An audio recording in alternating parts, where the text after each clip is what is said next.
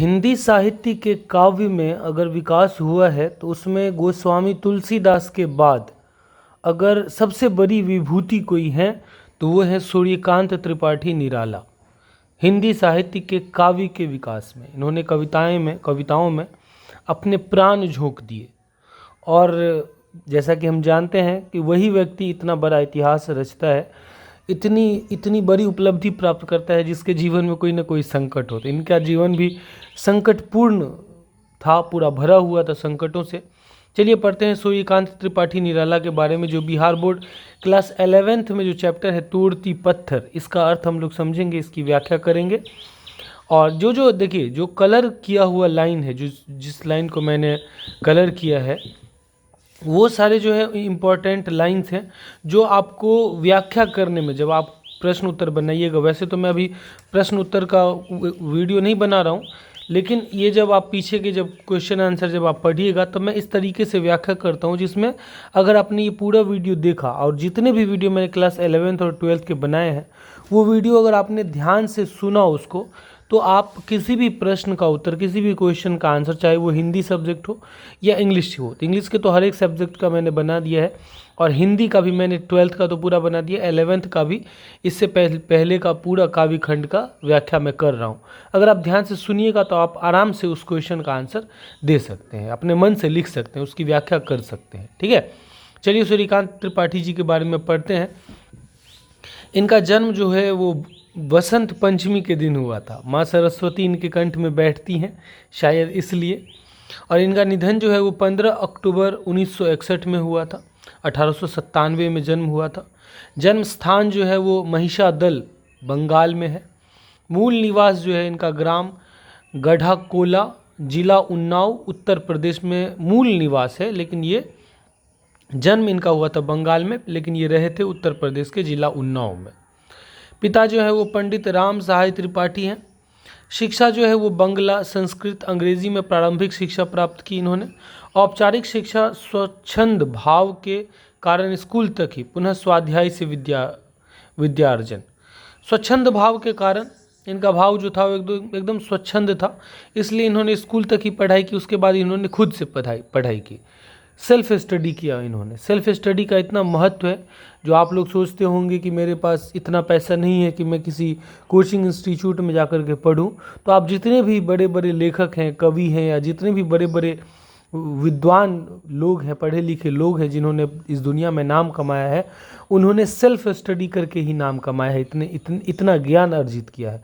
अगर आपके पास, या तो आपको दो चीज़ें चाहिए, या तो आपको डिग्री चाहिए या आपको नॉलेज चाहिए, ये डिसीजन आपका है।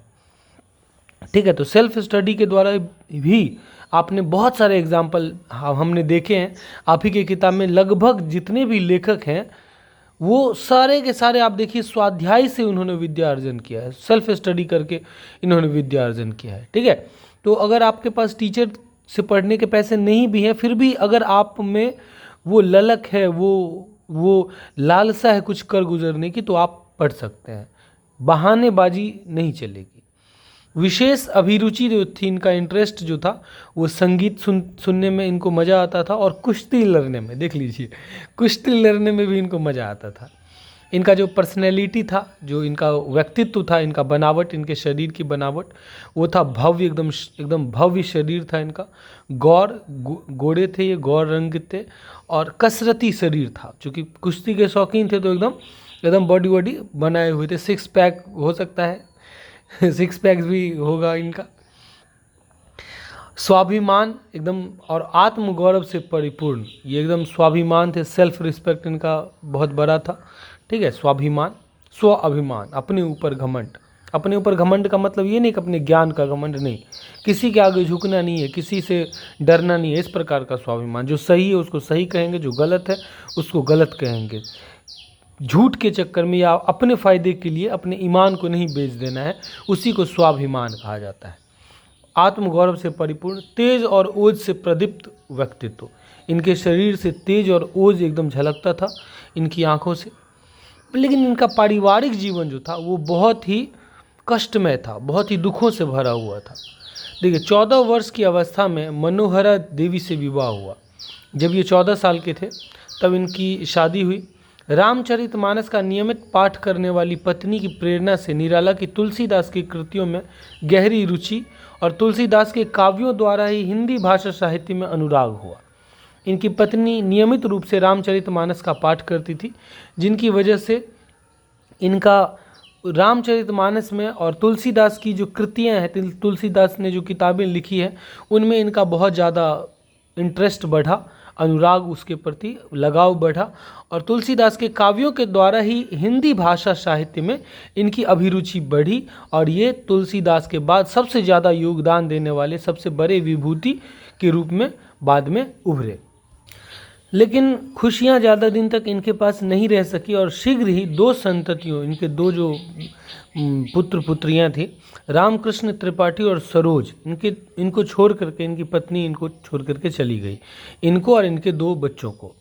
18 वर्ष की अवस्था में पुत्री सरोज का निधन। 18 वर्ष की बेटी अगर किसी का मर जाए तो आप उसके दुख का अंदाज़ा नहीं लगा सकते। एक तो पत्नी छोड़ के चली गई, उसके बाद 18 वर्ष की बेटी छोड़ करके चली गई। अब आप सोच सकते हैं। पारिवारिक जीवन विपदाओं से घिरा रहा। अब पत्रकारिता भी इन्होंने किया। समन्वय, रामकृष्ण मिशन की पत्रिका थी, समन्वय का इन्होंने संपादन किया। मतवाला, माधुरी, सुधा, जागरण से गहरी संबंध था। और जागरण आप सुनते होंगे, पढ़ते होंगे, जागरण नाम का समाचार पत्र आता है, तो इसमें भी इन्होंने अपना योगदान दिया। इनकी पहली कविता जो थी वो थी जूही की कली, 1916 ईस्वी में। इनकी कृतियाँ जो है, इन्होंने सब कुछ लिखा है। इन्होंने काव्य लिखे हैं, कविताओं का संग्रह लिखा है, काव्यखंड। इन्होंने गद्य लिखा है, कहानियाँ और उपन्यास वगैरह लिखे हैं और अनुवाद इन्होंने ट्रांसलेट भी किया है संस्कृत से, उसके बाद अंग्रेजी से, अलग अलग भाषाओं से, जिन भाषाओं पर इनकी पकड़ थी, इन भाषाओं से इन्होंने हिंदी में अनुवाद भी किया है। देख लीजिए।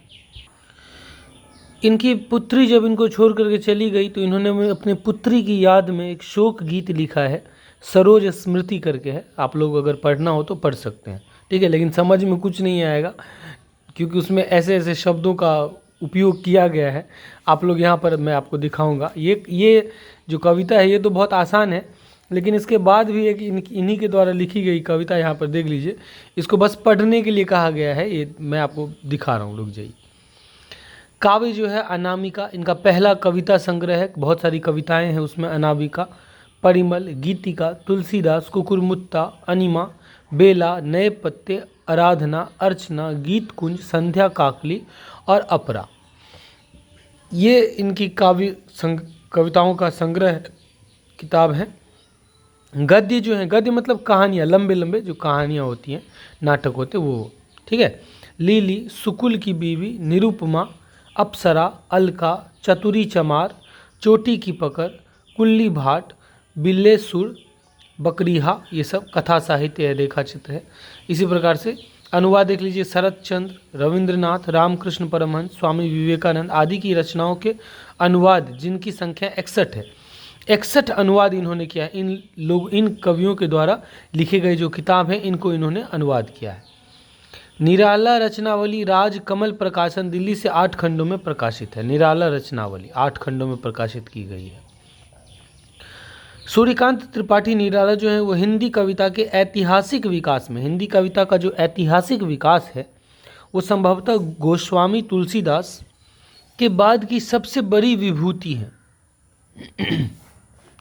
निराला का भाषा जो है वो भाषा, इनका लैंग्वेज और इनका भाव, ठीक है, इनकी सोच, इनका विचार और ये जो अभिव्यक्त करते हैं, जो प्रस्तुत करते हैं, अभिव्यक्ति की जो कला है वो बहुत ही, उस पर इनका जो है वो असाधारण अधिकार ही नहीं था, बल्कि प्रकृति और समाज का गहन पर्यवेक्षण, व्यापक मानवीय करुणा और संवेदना और सहानुभूति की मर्म संपदा भी उनके कोश में असाधारण थी। इनका भाषा पर तो पकड़ था ही, इनके भाव तो पवित्र थे ही, इनकी अभिव्यक्ति की कला जो थी वो तो असाधारण थी ही, व्यक्त करने की कला वो तो असाधारण थी। इसके अलावा प्रकृति और समाज का गहन पर्यवेक्षण, ऑब्जर्वेशन, इन्होंने ऑब्जर्व किया था प्रकृति को, नेचर को, और अपने समाज को ध्यान से देखा था। उसमें व्याप्त अच्छाइयाँ, बुराइयाँ या फिर जो कष्ट हैं लोगों के, जो यथार्थ जो चीज़ें हैं उनको इन्होंने देखा था ध्यान से। व्यापक मानवीय करुणा, और मानव के लिए जो एक बहुसंख्यक जो मनुष्य की संख्या है, इस दुनिया में दो तरह के लोग हैं, या तीन तरह के लोग आप मान सकते हैं, या मैं तो मानता हूँ इस दुनिया में तीन ही जाति है। एक है अपर कास्ट, ऊंची जाति, एक है मिडिल कास्ट, मध्यम जाति, और एक है लोअर कास्ट, नीची जाति। अपर कास्ट जिसके पास खूब पैसा है, पैसों के लिए उसको सोचना नहीं पड़ता है, कभी भी ज़िंदगी में उसको पैसे, उसके साथ पुश्त बैठ करके खाएंगे, इतना पैसा है, उसको हम बोलते हैं अपर कास्ट। लेकिन जिनका पैसा इसी जन्म में ख़त्म हो जाएगा, उनके बेटों को कमाने की ज़रूरत पड़ेगी, उसको मैं बोलता हूँ मिडिल क्लास। और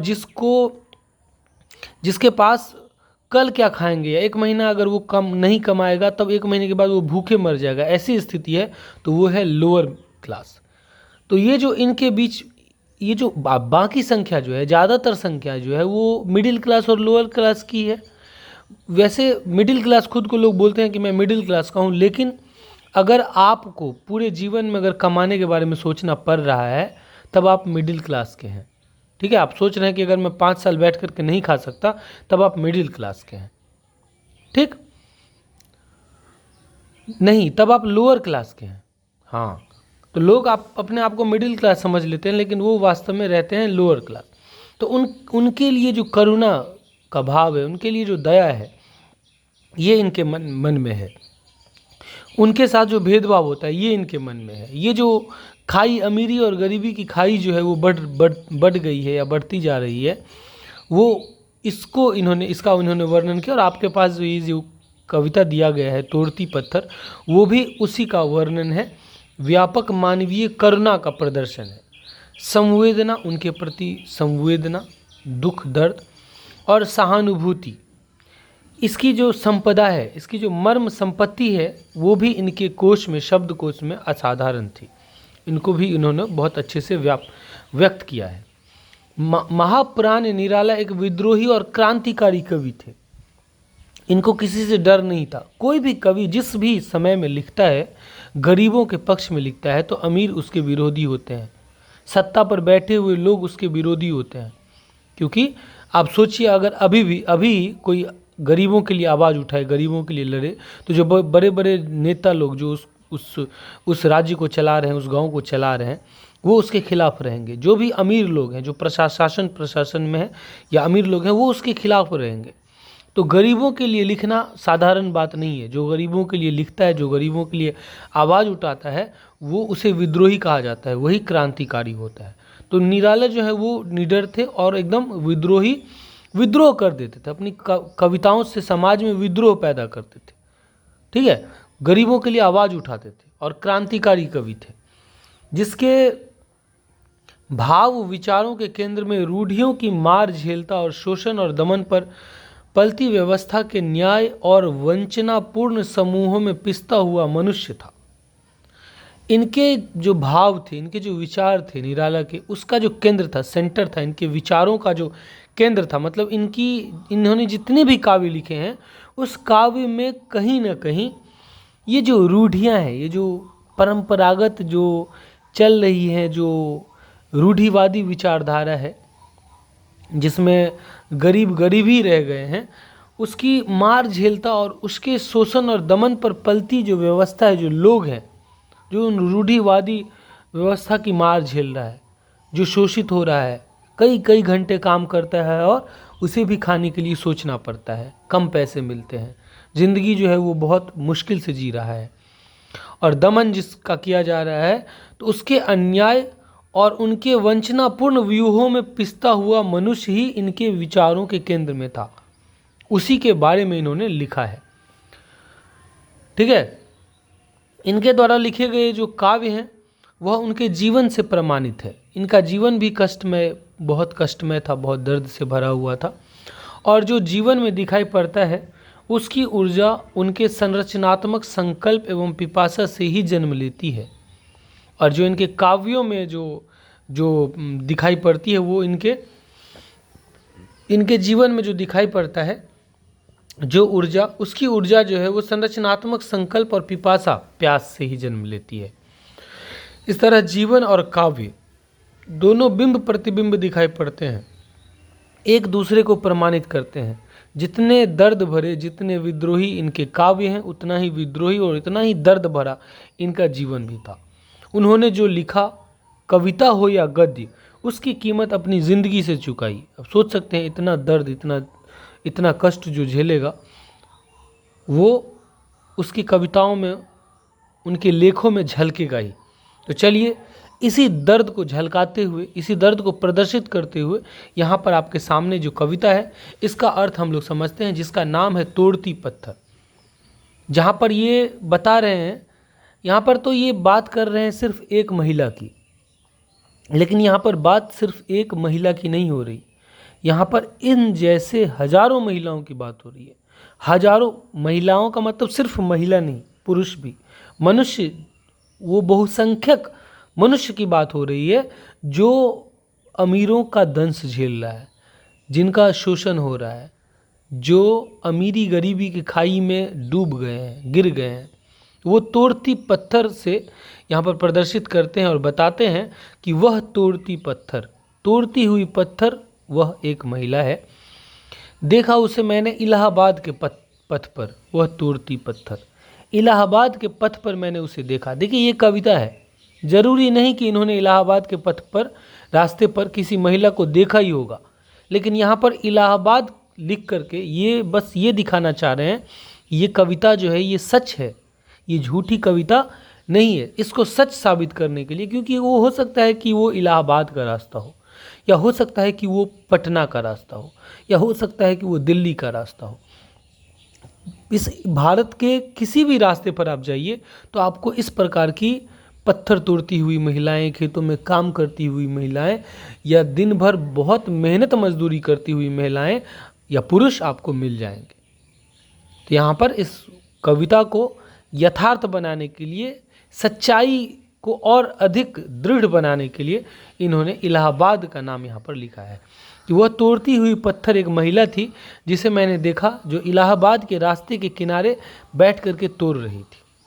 अब ये वो किस हालात में तोड़ रही थी और किस हालात में जो गरीब महिलाएं हैं वो काम करती हैं, उसका वर्णन यहाँ पर किया गया है।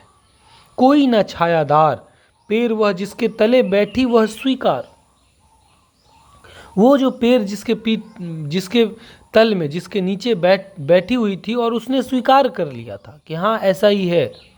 उसने वो जिस हालात में थी उसको उसने स्वीकार किया हुआ था, और वो कोई छायादार पेड़ नहीं था, कड़कती धूप थी, धूप एकदम बरस रही थी, दोपहर का समय था, ठीक है, और एकदम कड़कती धूप में वो बिना छायादार पेड़ के नीचे बैठ करके एकदम कर्म में लीन होकर के वो पत्थर तोड़ रही थी, क्योंकि उसने अपने इस जीवन को, अपने इस संघर्ष को स्वीकार कर लिया था।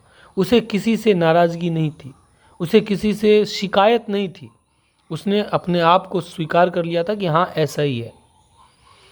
अब उसके शरीर के बारे में बताया गया है।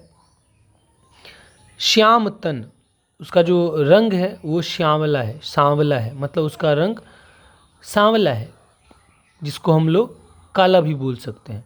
धूप में काम करने वाली महिलाएं, धूप में काम करने से रंग काला पड़ ही जाता है, रंग सांवला पड़ ही जाता है। भर बंधा यौवन, उसका जो यौवन था, उसकी जो जवानी थी वो एकदम भरी हुई जवानी थी। जिस भरी हुई जवानी में लोग श्रृंगार करते हैं, लोग घूमते हैं, लोग अपने घर में रहते हैं, वो उस भरी जवानी में वो काम कर रही थी। नत नयन, उसका जो नयन था, जो आंखें थी, वो झुकी हुई थी। प्रिय कर्म रत मन, और उसका जो कर्म था वो एकदम, उसका जो मन था वो कर्मरत था, एकदम कर्म में लीन था। कर्मरत मतलब कर्म में लीन था उसका मन, ठीक है। और यहाँ पर प्रिय, वो जो प्यारी थी, वो प्यारी बच्ची जो थी, लड़की जो थी, उसका मन कर्म में एकदम लीन था। गुरु हथौरा हाथ, एक गुरु हथौरा मतलब बड़ा सा हथौरा उसके हाथ में था। करती बार बार प्रहार, वो बार बार प्रहार कर रही थी। ऐसा लग रहा था कि मानो वो पत्थर पर नहीं, इस समाज की कुरीतियों पर प्रहार कर रही है, जिसमें एक जवान लड़की जिसका यौवन भरा हुआ है वो धूप में, कड़कती धूप में काम कर रही है। आप सोच सकते हैं महिलाएं वो भी पत्थर तोड़ने का काम कर रही है। कितने शर्म की बात है इस समाज के लिए।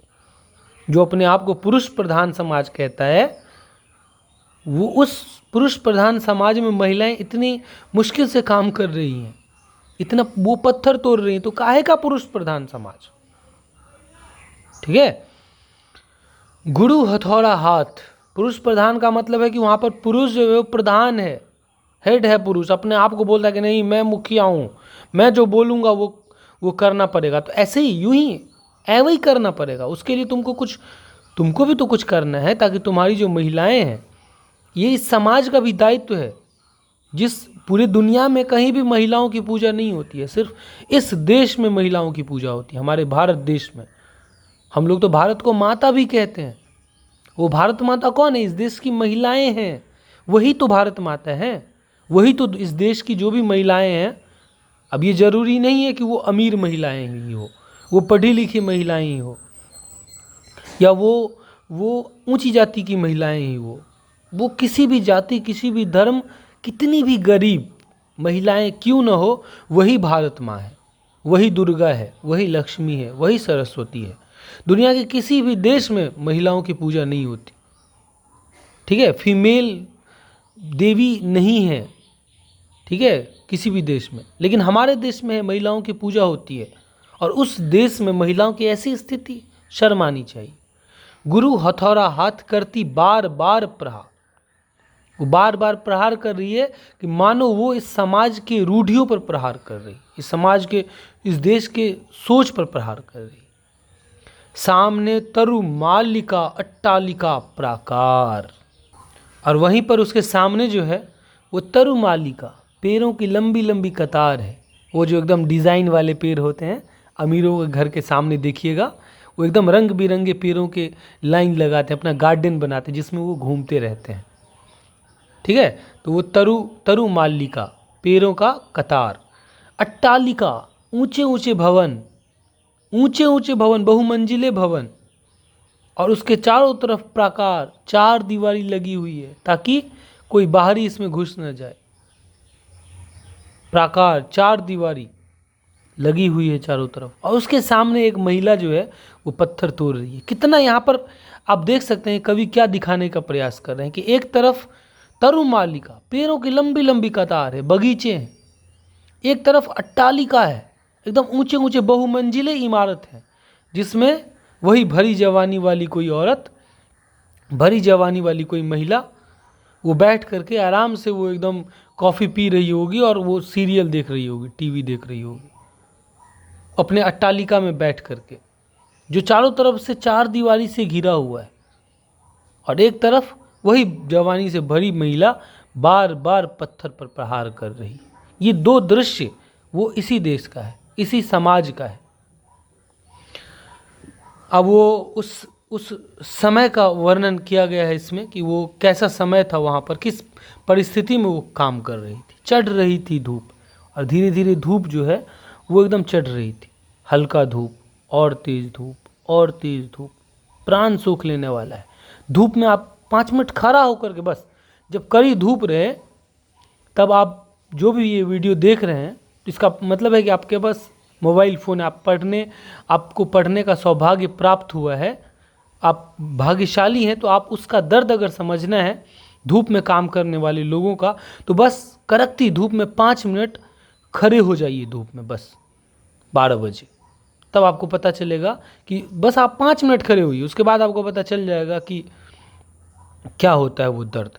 तो चढ़ रही थी धूप, धीरे धीरे धीरे धीरे धूप चढ़ रही थी। वो उस दर्द के इंतहा का वर्णन है कि वो किस प्रकार से धीरे धीरे धीरे धीरे धीरे धीरे चढ़ रही है, और वो दर्द जो है वो धीरे धीरे बढ़ता जा रहा है। वैसे ही लोगों के मन में भी आक्रोश जो है वो धीरे इस समाज के खिलाफ, समाज की कुरीतियों के खिलाफ आक्रोश धीरे धीरे बढ़ता जाता है। चढ़ रही थी धूप, गर्मियों का दिन था, दिवा का तमतमाता रूप, और जो सूर्य है वो एकदम तमतमा रहा था, एकदम गुस्से से लाल था। यहाँ पर दिवा का मतलब हो सकता है कि वो सूर्य ही, यहाँ पर है तो वैसे सूर्य ही तमतमा रहा था, लेकिन अगर एक रूप में देखें तो सूर्यकांत त्रिपाठी निराला जो हैं वो छायावादी कवि भी हैं। हल्का हल्का छायावाद भी इनमें दिखाई पड़ता है। तो यहाँ पर वो महिला का भी तमतमाता रूप दिख रहा था, उसका चेहरा भी सूर्य के समान ही तमतमा रहा था। दिवा का तमतमाता रूप, सूर्य एकदम गुस्से से लाल था कि वो ऐसा, सूर्य इसलिए गुस्से से लाल था कि वो उस महिला को धूप में काम करते देख करके हो सकता है कि गुस्से से लाल हो गया हो।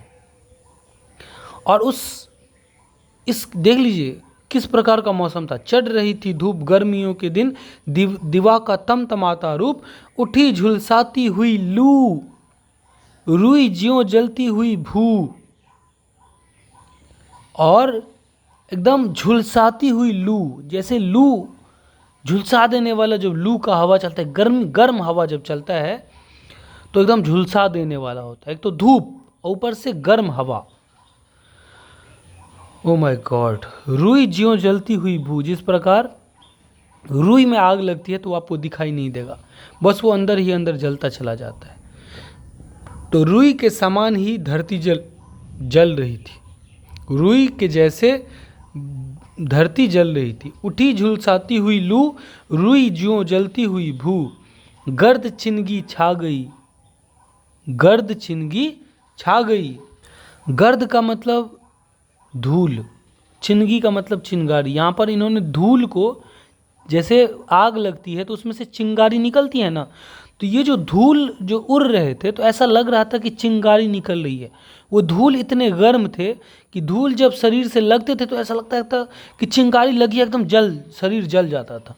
तो यहाँ पर उस गर्मी का इन्होंने वर्णन यहाँ पर किया है कि इतनी गर्मी थी कि जो धूल थे वो चिंगारी की तरह उठ रहे थे। धूल इतना गर्म था जैसे आग से निकलने वाली चिंगारी हो, इस प्रकार की वो प्रायः हुई दोपहर, वह तोड़ती पत्थर। शायद दोपहर हो चुकी थी जिस वक्त वो काम कर रही थी, उस समय का वर्णन है। और वो उस दोपहर में, इस तमतमाती, इस ऐसे समय में, देख लीजिए आप किस प्रकार का समय है, ऐसे समय में वो पत्थर तोड़ रही थी।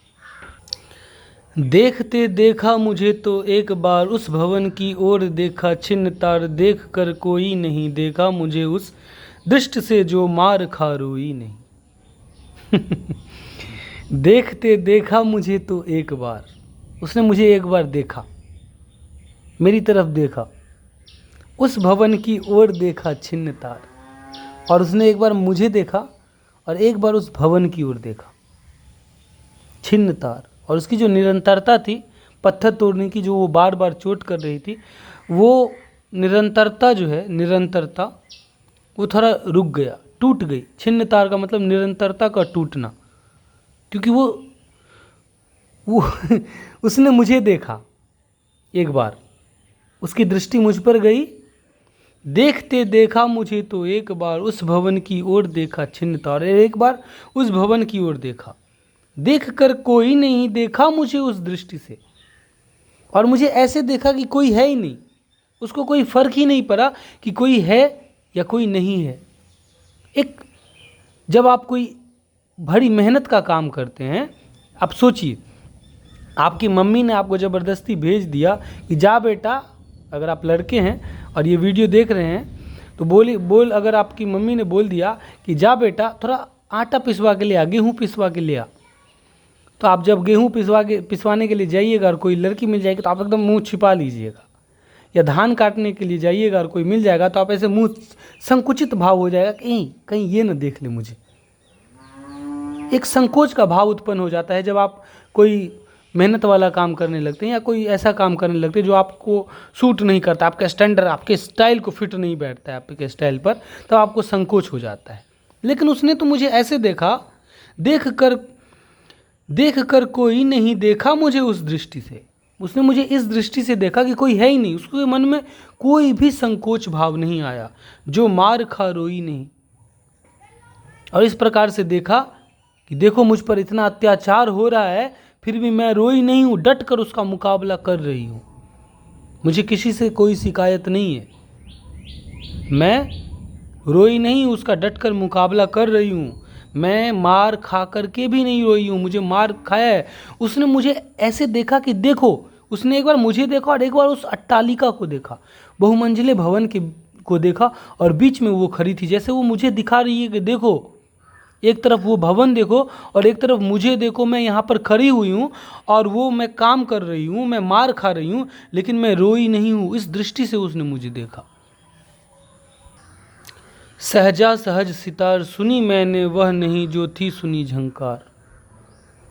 और जब सितार बजता है उसमें से जो धुन निकलती है, तो मैंने ऐसी झनकार नहीं सुनी थी जो मैंने उस वक्त सुनी, जब वो पत्थर से पीट रही थी और उससे जो झनकार निकल रहा था, जो आवाज़ निकल रहा था, तो सितार ने भी मेरे रोंगटे नहीं खड़े किए थे, मेरे शरीर में खून की गति को तीव्र नहीं किया था, मेरे हृदय की धड़कन को नहीं बढ़ाया था, मुझे बेचैन नहीं किया था। ऐसा झनकार मैंने सुनी मैंने, वह नहीं जो थी सुनी झनकार। उस वक्त जो मैंने झनकार सुनी थी, वो झनकार मैंने आज तक नहीं सुनी, किसी भी सितार से नहीं सुनी, जो झनकार उसके पत्थर तोड़ने से निकल रही थी। एक क्षण के बाद वह कांपी सुघर, वो सुघर सुंदर शरीर की बनावट वाली महिला एक क्षण के बाद कांप गई। ढुलक माथे से गिरे सीकर, क्योंकि वो पसीने से लथपथ हो गई थी। उसके माथे से सीकर मतलब पसीना ढुलक करके नीचे गिरा। लीन होते कर्म में फिर ज्यों कहा, और फिर वो अपने कर्म में लीन हो गई, पत्थर तोड़ने लगी, जैसे वो कह रही हो कि मैं तोड़ती हुई पत्थर हूं। अब वो जैसे मुझसे बात कर रही, उसने जब उसके माथे से पसीना टपका और मुझसे जब उसने एक बार मुझे देखा, तो मुझे ऐसा लगा कि वो मुझसे कह रही कि मैं तोड़ती पत्थर। यहाँ पर बोलचाल की भाषा में भी ये कविता उपयुक्त हो गई। यहाँ पर ऐसा लग रहा है कि वो तोड़ती पत्थर जो है वो कवि से कह रहे हैं कि देखो मैं तोड़ती पत्थर, मेरी हालात देख लो, एक तरफ वो अट्टालिका देख लो और एक तरफ मुझे देख लो। तो जो सूर्यकांत त्रिपाठी निराला हैं, वो आपने देखा ही, जैसा कि आपको मैंने कहा कि इन्होंने समाज का गहन पर्यवेक्षण किया था और इनके मन में जो थी वो व्यापक मानवीय करुणा और संवेदना थी और सहानुभूति थी। ठीक है। और ये जो मार झेलता, रूढ़ियों की मार झेलता जो समाज है, जो शोषित जो वर्ग है, जो लोग हैं, जो गरीब लोग हैं, और दमन पर पलती हुई जो ये व्यवस्था है, उसके चक्रव्यूह में जो पिसता हुआ मनुष्य है, उसको लेकर के इन्होंने बहुत अच्छी अच्छी कविताएं लिखी है। इसलिए तो इनको विद्रोही कवि कहा जाता है, इसलिए तो इनको क्रांतिकारी कवि कहा जाता है। अच्छा लगा हो वीडियो तो चैनल को सब्सक्राइब करके बेल आइकॉन दबा दीजिएगा, कमेंट जरूर कीजिएगा, लाइक ज़रूर कीजिएगा और प्लेलिस्ट में जाइए, आपको बहुत सारा वीडियो क्लास 11th और 12th का मिल जाएगा। अपने फ्रेंड्स के साथ शेयर कर दीजिए ताकि मेरे चैनल का रीच बढ़े, रीच बहुत कम हो चुका है। Thank you so much, bye bye, take care.